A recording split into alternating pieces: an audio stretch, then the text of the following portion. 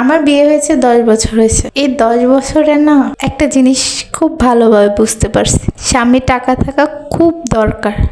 কারণ স্বামীর যদি টাকা না থাকে তোমার, তাহলে কোথাও তুমি কোনো দাম পাবে না, কোনো মূল্যই দিবে না কেউ তোমার। আর তোমার স্বামী যদি টাকা থাকে, সব জায়গায় দেখবা তোমাকে মাথায় তুলে রাখছে। এই জিনিসটা আমি আমার নিজের জীবনটা খুব ভালোভাবে বুঝতে পারছি। এই 10 বছরে জীবনে প্রথম কিন্তু আমার স্বামীর কিছুই ছিল না, সব জায়গা থেকে আমি অবহেলা পাই। আর আলহামদুলিল্লাহ এখন আমার স্বামী যথেষ্ট আছে। এখন আর আমার কারোর কোনো কিছু যাওয়া লাগে না কারোর কাছে।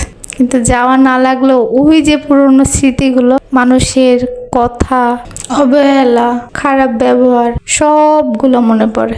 সবার সবসময় একদিন যায় না, সবসময় সবার খারাপ দিন যায় না, দিন সবার পাল্টায়। সম্পর্ক করে বিয়ে তো অবহেলাটা একটু বেশিই পেয়েছি, সেটা বাবার বাড়ি শ্বশুর বাড়ি দুইও জায়গায়। আমার স্বামীরও বয়স কম, আমারও কম ছিল, দুজনেই ছোট ছিলাম। এই ছোট বয়সে বিয়ে করার ফল, এত কষ্ট করে জীবন চালাইছি যা বলার বাইরে। ঠিক মতো একবেলা খেতে পারতাম না, একবেলা খেলে দুবেলা না খেয়ে থাকতে। তারপরও আমি আমার স্বামীর হাত ছাড়িনি। আমার স্বামী কোথাও দাম পায়নি। ওই যে বললাম না, ছোট ছিলাম, বুঝতাম না, যে যেভাবে বলতো ওইভাবেই চলতাম। আমার স্বামী কোথাও যে মূল্য পায়নি, আমাকে আমার স্বামীর যে দাম দেয় না, আমার স্বামীর ছাড়া যে তারা সব কিছু করছে, সেই জিনিসটা আমার মাথায় থাকতো না। যে এই জায়গায় আমার স্বামী যেতে পারে না, যে যায় সে জায়গায় কেন আমি যাব, এই সব জিনিস আমার মাথায় কখনো ছিল না। যেখানে আমার স্বামী যেতে পারে না সেখানে কেন আমি যাব, যেখানে আমার স্বামীর মূল্য নেই সেখানে আমি কেন যাব, এই কথাগুলো আমার তখন মনে আসে নাই। কেন আসে নাই? কারণ ওই যে বললাম, ছোট বয়সে বিয়ে করছি নিজেরা। কিন্তু এখন বুঝতেছি যে না, ওইগুলো আমার ভুল হয়েছে। তারা আমার স্বামীর মূল্য দেয়নি। আমার বাবার বাড়ির মানুষও না, আমার শ্বশুর বাড়ির মানুষও না। থাক, সমস্যা নেই, তারা না দিলে কি হয়েছে।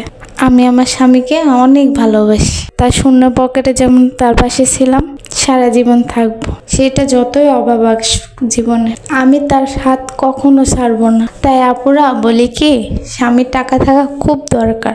এখনো না মাঝে মাঝে মনে হয়, যারা আমার অভাবে দিনে অবহেলা করছে, হাসাহাসি করছে, আমার স্বামীকে নিয়ে তুচ্ছ করছে, তাদের সাথে একবার সম্পর্ক শেষ করে দিই। মাঝে মাঝে এটাই মনে হয়, কারণ তখন তো আমি বুঝি নাই, এখন তো বুঝতেছি।